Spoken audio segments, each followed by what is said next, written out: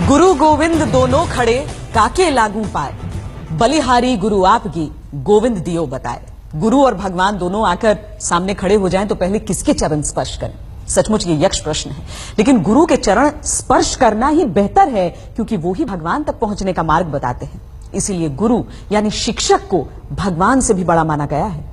हालांकि बदलते वक्त के साथ ऐसे शिक्षकों की मिसाल कम मिलती है जो अपने छात्रों के मन में वाकई ईश्वर का दर्जा रखते हैं, लेकिन अभी भी ऐसे शिक्षक हैं जिन पर छात्र अपनी जान छिड़कते हैं और पूरा गांव उनकी विदाई पर आंसू बहाता है।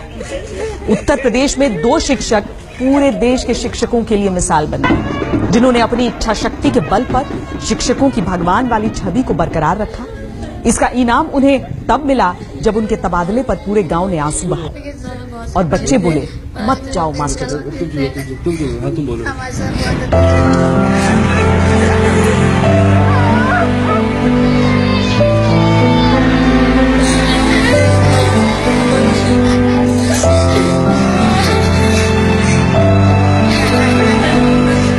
जब पूरे देश में शिक्षकों की काबिलियत पर सवालिया निशान लग रहे हों, तब एक शिक्षक के विदाई समारोह में ऐसी भावुक तस्वीरें मन को सुकून देती हैं कि अभी भी ऐसे शिक्षक हैं जिन्हें भगवान माना जाए।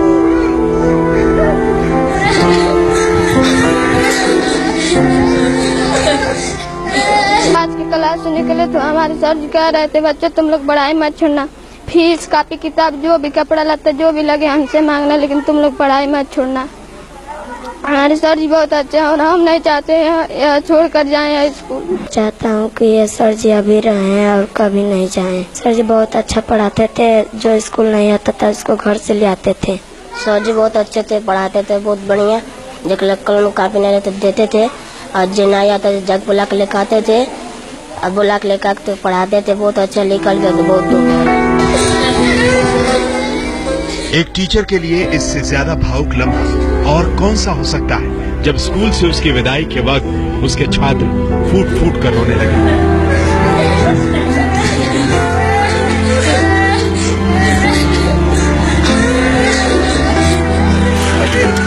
बच्चे तो बच्चे, बड़े बूढ़े भी टीचर को गले लगा लें और रूंधे हुए गले से बोले, मास्टर साहब मत जाओ।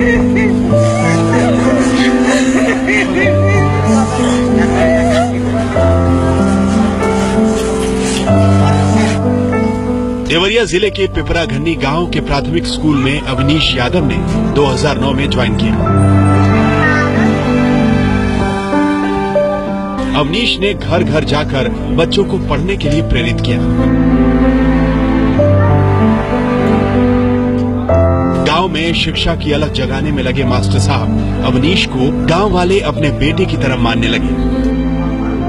लेकिन अचानक 7 साल बाद मास्टर जी का तबादला गाजीपुर हो गया, तो विदाई समारोह में पूरा गांव भावुक हो गया।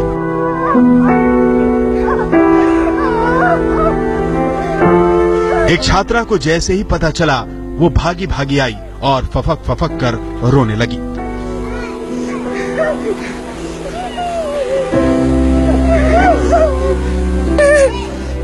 क्या बूढ़े, क्या जवान, क्या बच्चे, सभी की आंखें नम हो गई। स्कूल के बच्चे जब उनके गले लगकर रोने लगे तो उनसे लिपटकर मास्टर जी भी खूब रोए।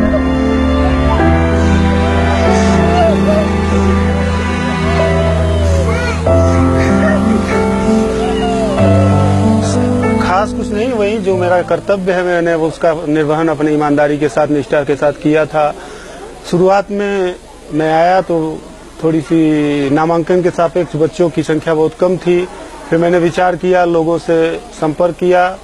कुछ लोग अपनी परेशानी को बताया कि भाई मजदूर करने जाते हैं हम लोग तो घर देखने के लिए बच्चे को रोक लेते हैं। फिर उनसे हमने शिक्षा के महत्व के बारे में पूरा जानकारी दिया कि आप शिक्षित होंगे तो ये नौकरी पाएगा, ये होगा। उसके साथ तमाम चीजें जोड़ करके हमने इन लोगों को समझाने में का प्रयास किया और ये लोग समझे और अपने बच्चों को विद्यालय भेजना शुरू किए।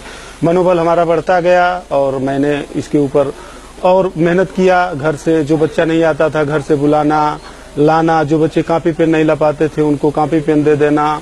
इस तरह से तमाम कार्य 15 अगस्त 26 जनवरी पे पूरा बढ़िया कार्यक्रम करा के सबको बुलाना, पूरे ग्राम सभा को, ताकि मेरा जुड़ाव इनसे जुड़ा रहे। पूरा गांव मास्टर जी की विदाई पर भावुक हो गया। कुछ हजार रुपए की तनख्वाह पाने वाले एक शिक्षक को आज पूरी दुनिया की धन दौलत मिल गई। कार्यकाल और उनका बच्चों को दिया हुआ संस्कार आज तक किसी मास्टर ने नहीं दी। ऐसे सर न कभी आए थे गांव में न कभी आएंगे। जो बच्चे नहीं आते थे स्कूल में, वो बच्चे लोगों को जाते थे घर पर से ले आते थे और बहुत प्यार से ले आते थे, न मारते थे न पीटते थे। उन लोग को अच्छे से समझाते थे और उसके बाद उनको अच्छी शिक्षा देते थे। हम तो यही सोच रहे हैं कि इतना ही हमारा जिंदगी बीत गया है। हम भी पढ़े हैं लेकिन ऐसा मास्टर नहीं देखे हैं।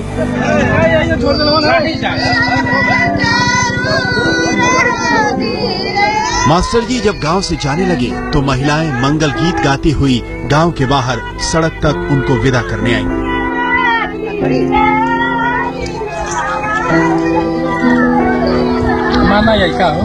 वो बहुत ही अच्छे थे और यहाँ के मतलब सीनियर भी थे और पढ़ाने की उनकी जो योग्यता थी वो बहुत ही अच्छी थी। और जो बच्चे नहीं भी आते थे उनके अंदर इतना टैलेंट था कि उस बच्चे को आकर्षित करके घर से भी यहाँ पे लाते थे और बच्चे को अच्छे तरीके से पढ़ाते थे। जिसके पास मान लीजिए अभी तो सरकार बस पुस्तकें देती है, कॉपी और पेन तो देती नहीं है, लेकिन हमारे सर ऐसे थे कि बच्चे को कॉपी और पेन भी देते थे कि बच्चे कुछ सीख पाए। देवरिया में एक शिक्षक की ऐसी विदाई देखकर किसी की भी आंखों में आंसुओं का सैलाब आ जाए, लेकिन वो खुशी के ही आंसू होंगे। अविनाश जैसे टीचर कम ही मिलते हैं।